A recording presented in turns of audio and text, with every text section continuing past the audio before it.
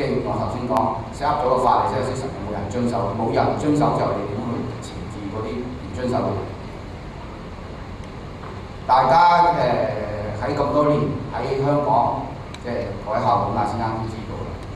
其實我喺2個月前喺香港大學一班中學嘅science teacher 我都講過，香港咁多年咧都係受西方嘅教育，或者香港係一個國際城市，融匯東西文化，我哋叫做 combine the best of East and West。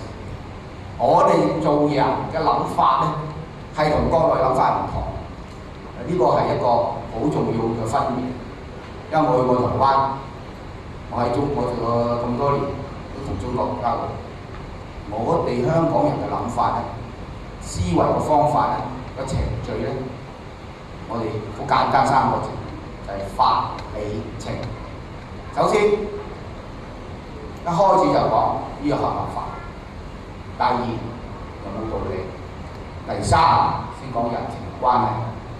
但係喺中國係調轉嚟，情理法，首先有冇人情關係，第二先講道理，第三先講合唔合法。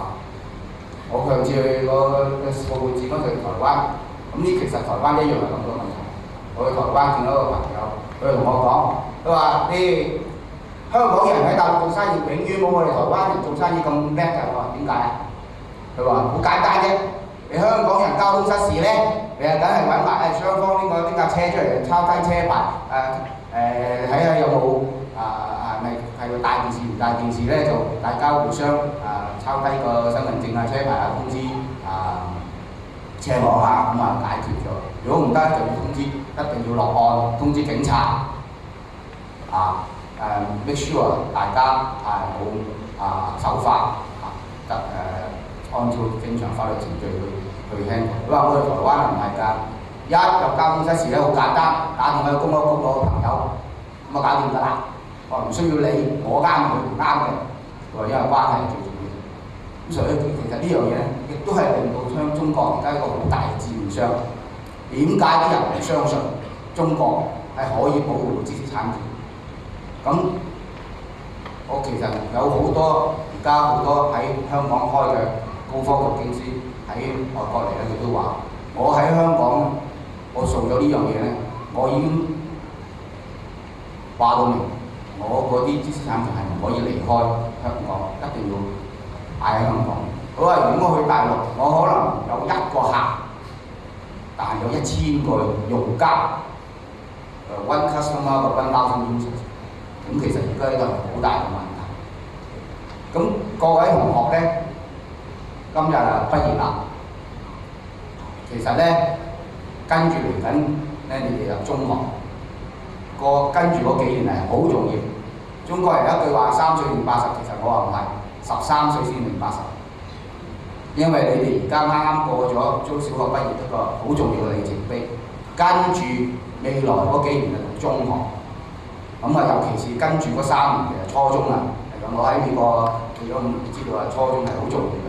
一個人將來出嚟社會係好嘅話咧，未來嗰3年好重要，因為你係到時你係即係未來嗰3年初中嘅時候咧，你哋係第一，你哋嘅學識多啲知識啦，當然；第二，你哋係身體發育啦，咁當然有好多健康嘅嘢咁樣。第三咧就係你嘅心智嘅發育。淨係身體嘅發育，心智嘅發育，對世界事物嘅睇法，對人生嘅睇法，點樣去決造你嘅將來對人、對事、對社會、對其他人嘅睇法，呢個係好重要、好重要。我最近成日都去北京同甚至產業部、科技部嘅啲官員睇，我話你點解決呢個知識產權保護呢個問題？點解科技部話要揾國內7個城市同我哋香港合作？點解韓國、台灣、美國都要喺香港同北京做呢個知識產權？係有個原因。佢話：如果中國想解決呢個問題，係唔可以喺而家呢個時解決，係要下一代，甚至再下一代先可以解決到。點解？好簡單㗎嘛！如果你要令到人嘅思維方法即係由情理法變做法理情，唔係話而家出嚟講一講就算啦，因為你由細個開始嘅，由家長開始，由學校嘅教育。咁佢話：如果係已經過咗15歲咧，就冇得救㗎啦，即係已經 spoil 咗啦。咁你話甚至乎而家其實有大學畢業嗰啲根本就已經因為佢喺11、23歲嗰時就開始發展嗰時咧，一定要睇，因為耳濡目染啊，各學校同家庭嘅教育。所以佢認為咧，如果中國想解決呢個知識產權保護呢個問題咧，係需要起碼下一代。咁下一代咧，即係等於你哋而家啱畢業嘅年紀啦，10年至12年。咁希望可以做到。如果做到咧，就再係下一代。咁所以我覺得咧，今日畢業嘅同學咧就好重要。你哋咧，因為而家大家話北上，因為融合咧中國，我希望咧就唔好俾上邊嗰啲諗嘢嘅方法咧，就污染我呢個專業。我哋要維持我哋嘅優良嘅傳統，即係我頭先講話法理情嘅諗法。咁其實民生村嘅校訓又好重要嘅，光與生命咧就係講出我哋要積極去對待嘅人生，好樂觀睇到，即係人哋話睇到 end of tunnel 見到 light 啊嘛，就睇到光，睇到你將來嘅發展。人人為我，我為人人咧，都係好重要，因為呢樣嘢咧就係訓練你將來對人對事嘅睇法。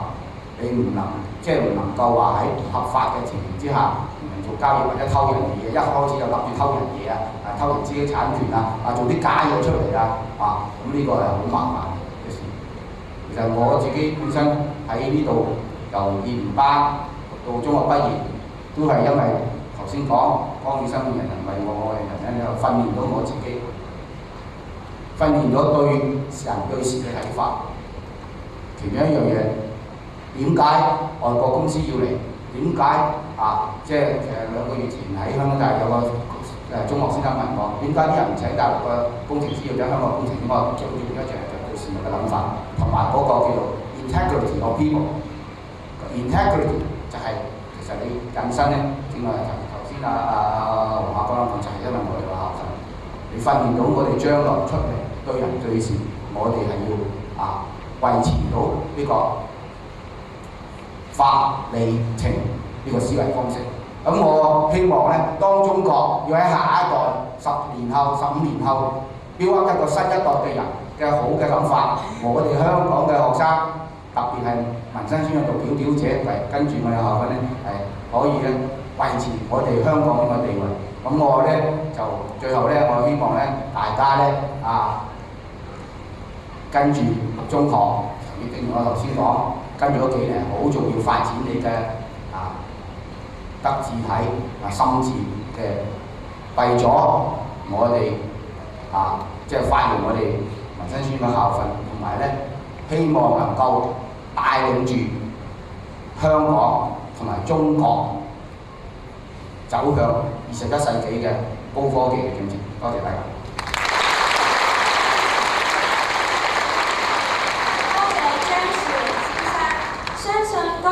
張先生嘅一番説話都可以令我哋終身受用，希望我哋要謹記張先生嘅訓勉。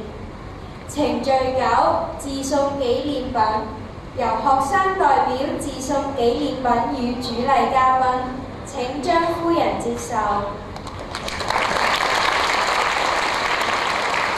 請張樹榮先生接受。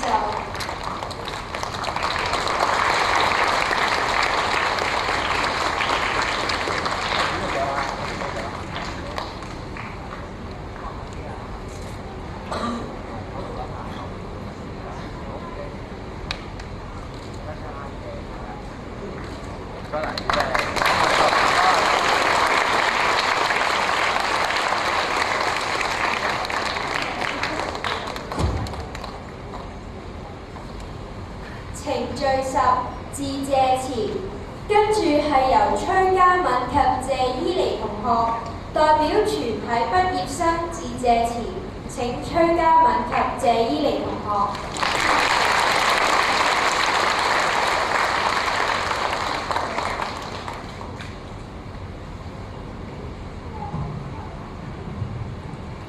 Good morning, Mr. and Mrs. Stern.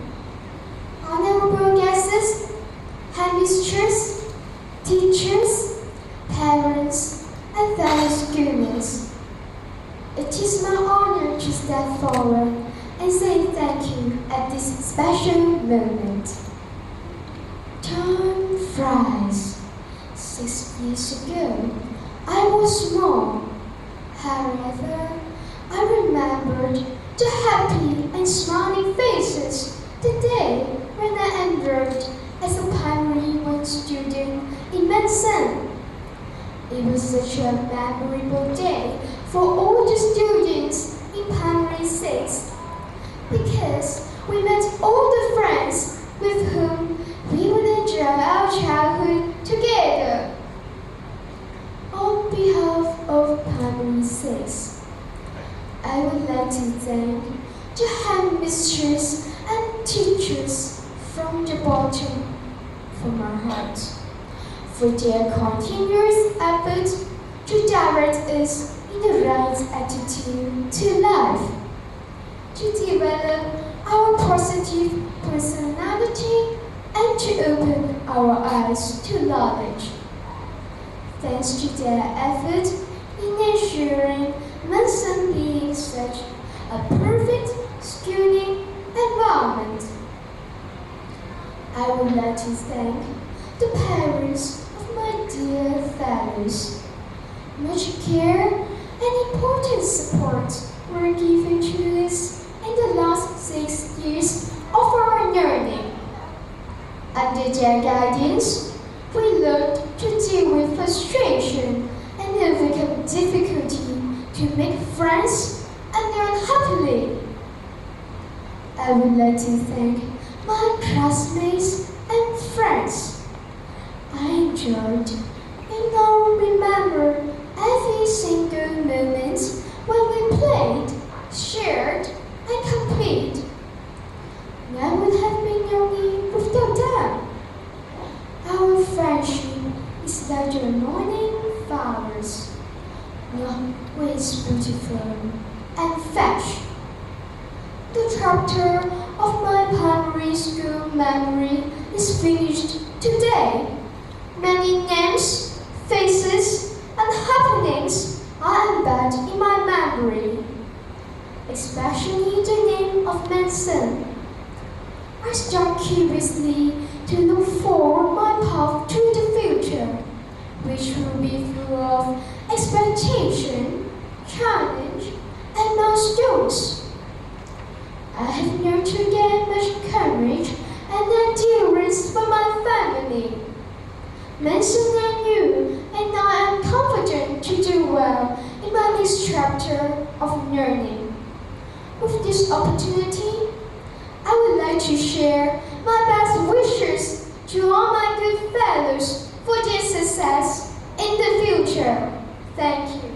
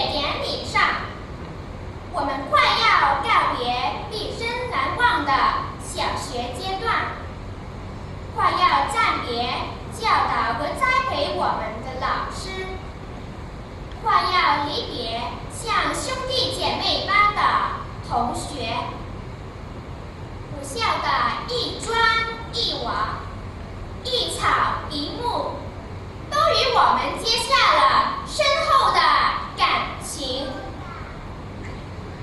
丰富多彩的每一个校园生活片段，将永远深深地印在我们的脑海中。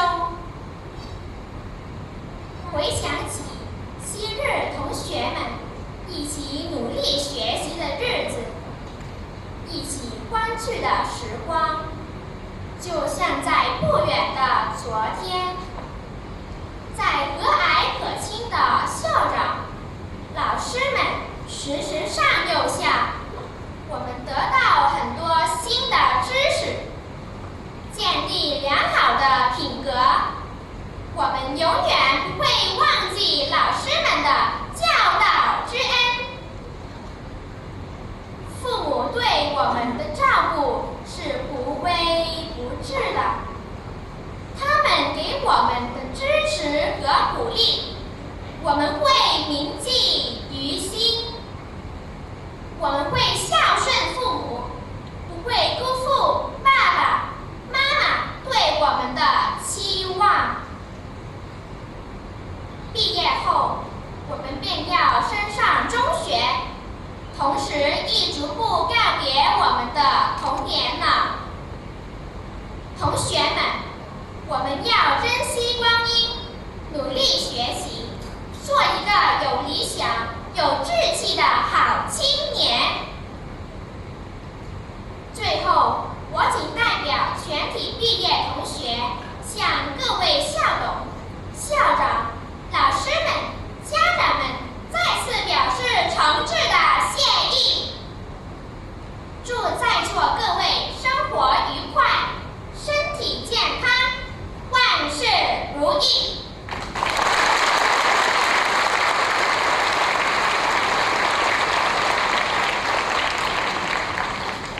程序11校園生活點滴，我哋請蘇嘉娜及鄧燕婷同學為我哋作校園生活片段嘅旁述，而彭子晴同學負責電腦嘅操作。畢業啦！酷熱嘅太陽點燃咗6月嘅燭火，亦都係我哋揮手告別嘅時候啦。婷婷啊，人哋話開心嘅時候總會過得特別快，6年嘅小學生活眨下眼就過去啦。有冇啲唔捨得啊？梗係有啦！記得啱啱讀幼稚園嘅時候，我哋又天真又中意搗蛋，但係喺老師耐心嘅教導下，我哋慢慢咁成長，變得更加懂事啦。6年嘅小學生活眨下眼已經過去啦，而家我哋畢業啦。喺我哋踏上人生嘅新路程之前，不如一齊回味昔日一串串甜蜜嘅回憶同埋段段難忘嘅往事啊！好啊！每日嘅大清早，每個同學都踏住輕快嘅步伐，孭住書包走入校園，開始一日嘅學習生活。1、2、3、4。你喺度數緊啲咩啊？我喺度數緊今個學年我哋用上堂前20分鐘嘅閱讀課時間，總共睇咗幾多本童書咯。哦。婷婷啊，上成長輔導課嘅時候，老師教我哋親手包禮物送俾我哋要感謝嘅人。你份禮物送咗俾邊個啊？嘿嘿，唔話你知，呢個係秘密嚟嘅。婷婷啊，除咗中英數之外，你最中意上咩堂啊？你見到我咁活力充沛，就知道我最中意上體育堂啦。咁你呢？梗係電腦堂啦！我哋學識咗製作網頁，用 PowerPoint 嚟做簡報，你話我哋幾叻啊？除咗上電腦堂之外，我仲好中意上音樂堂㗎，因為我哋可以用唔同嘅樂器進行天才表演。又到咗 Mr. Lam 入課室輕輕鬆鬆講英語會話嘅時間啦！婷婷啊，記住唔好粗口，要講廣東話。知啦。藍藍啊，你有冇睇過一本書叫做《誰搬走我的娛樂》啊？梗係有啦，呢本書係喺上圖書堂嘅時候，老師介紹俾我哋睇嘅。到咗1點正，大家後，有啲同學落操場打波，有啲去鬥獸場唱聖詩，有啲去圖書館睇書，好識得運用時間㗎。上常識堂嘅時候，我哋於遊戲中學習各種面積進行高空炸雞蛋實驗，認識地心吸力。此外，我哋又做專題研習，一齊研究環保問題，大有收穫㗎。各位老師、各位同學，放學啦！返學嘅日子真係充實。課餘嘅時候，學校有好多課外活動俾我哋參加，有動又有靜。我哋唔單止可以參加各種球類同埋童軍訓練，仲可以參加好多好有特色嘅活動。除咗我有份參加嘅跆拳道之外，仲有訓練新手敏捷嘅劍擊組、陶冶性情嘅古箏班。楠楠啊，仲記唔記得我哋跟戶外活動組去參觀香港電台啊？梗係記得啦，嗰度啲負責人仲讚我哋又乖又守秩序。你好好記性啊！好有趣味嘅英語話劇組。婷婷啊，好似你同你媽咪都有一齊參加家長組結拜嘅親子班嘅喎。係啊，我同媽咪一齊學咗插花同穿枝仔添啊！仲有速度韻律同埋節奏嘅花式跳繩組，訓練我哋領導才能嘅小領袖。楠楠啊，你唔係小記者嚟嘅咩？點解唔見你喺幅相裏面嘅？因為我出咗去採訪。今年嘅太陽能車設計比賽，由於同學有咗上年嘅經驗，所以今年嘅比賽形式就改為以個人名義報名參加。喺呢度特別多謝前校長陳百倫先生花咗唔少時間教導同學點樣設計及製作太陽能車。喺2月13日，天公造美、陽光充足嘅情況下，正係我哋比賽嘅第一日子。各同學都攞出自己嘅心血結晶嚟到跑道上作一個速度大比拼，在場嘅同學都好緊張，為佢哋大叫加油！加油啊！比賽之後，獲得獎嘅同學嚟一個大合照，你睇佢哋幾神氣。呢啲就係我哋嘅傑作啦，係咪好有創意呢？除咗太陽能車設計比賽之外，婷婷啊，你話我哋今年另一個難忘嘅活動係咩啊？當然係喺北潭涌度假營舉辦嘅教育營啦。我哋透過集體遊戲，充滿歡樂笑聲嘅卡拉 OK 晚會，喺寒風中做早操，中午同傍晚狼吞虎咽嘅時候，以及參與各項營地活動，學識咗照顧自己、分工合作同埋遵守秩序。喺呢度特別多謝嗰3日日日夜夜照顧我哋嘅老師。除咗呢2項特別活動之外，一啲鍾意運動嘅同學一定唔會忘記1年1度嘅水運會同埋陸運會。比賽嘅時候，各位參賽同學都本住不論勝敗得失，友誼才是第一嘅精神，盡展所長。楠楠啊，等我考下你啊！今年校本活動嘅主題係咩啊？就係校園愛心大行動所舉辦嘅項目，有推舉同班同學喺台上面作愛心宣言、愛心廣播、好人好事講話劇比賽。去年11月感恩節送糖果同埋心意卡俾老師嘅溫馨場面，真係名副其實嘅愛心遍校園。楠楠啊，今年哈樂同譚美喺流動教學車上教識咗我哋啲咩啊？就係飲酒同埋食煙嘅害處。唉，真有啲唔捨得哈樂啊！你唔好咁啦，不如打等我哋回味一下其他活動啦，好唔好啊？仲有邊啲活動啊？用英語訪問同學啦，普通話演講比賽啦，數學比賽啦，同埋各種班際球類比賽。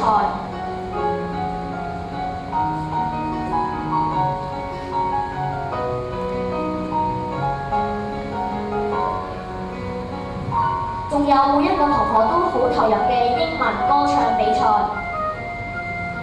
今日我哋畢業啦，升到中學，我哋會遇到咩困難呢？但願多年嚟養育同栽培我哋嘅父母、教學指引嘅老師，結伴多年嚟嘅同學，繼續鼓勵我哋。唉，天下無不散之筵席，但係多年嘅相聚又點可以忘懷？但願我哋可以再相逢。最後喺呢度衷心感謝父母、老師同埋各位同學。乜咁快睇完㗎啦？係啊，不過如果想重溫呢啲精彩片段，就可以瀏覽我哋學校嘅網頁。多謝。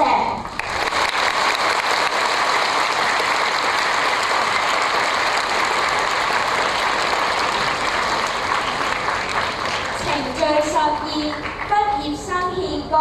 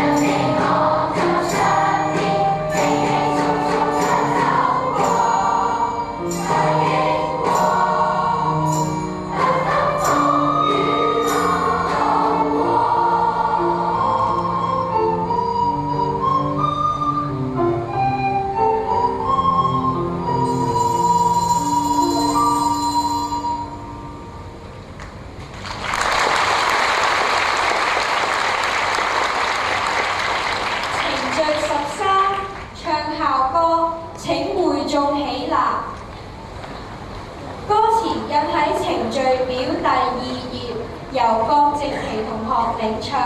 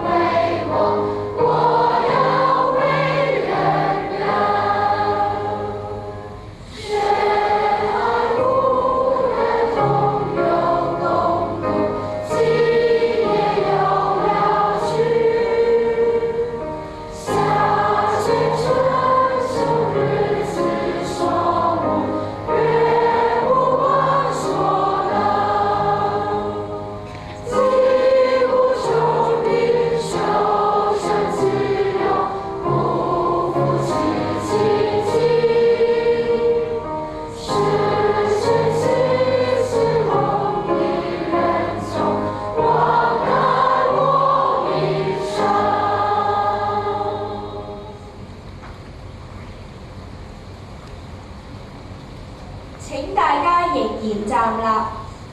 程序14，祝福。我哋請蔡牧師為我哋祝福。真神常與你哋眾人同在，亦都保守你哋嘅心懷意念。又願主耶穌基督嘅恩惠、父上帝嘅慈愛、聖靈嘅所賜嘅平安，常與你哋眾人同在，從今時直到永遠。阿門。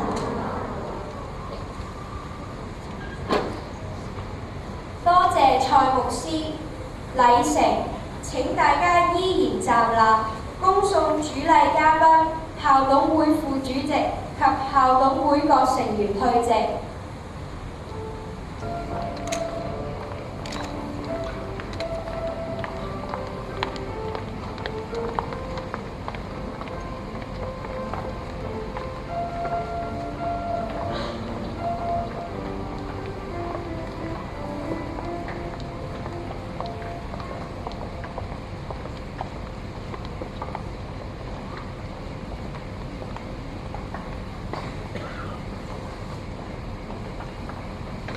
各位請就座，請各位來賓及家長先行退席。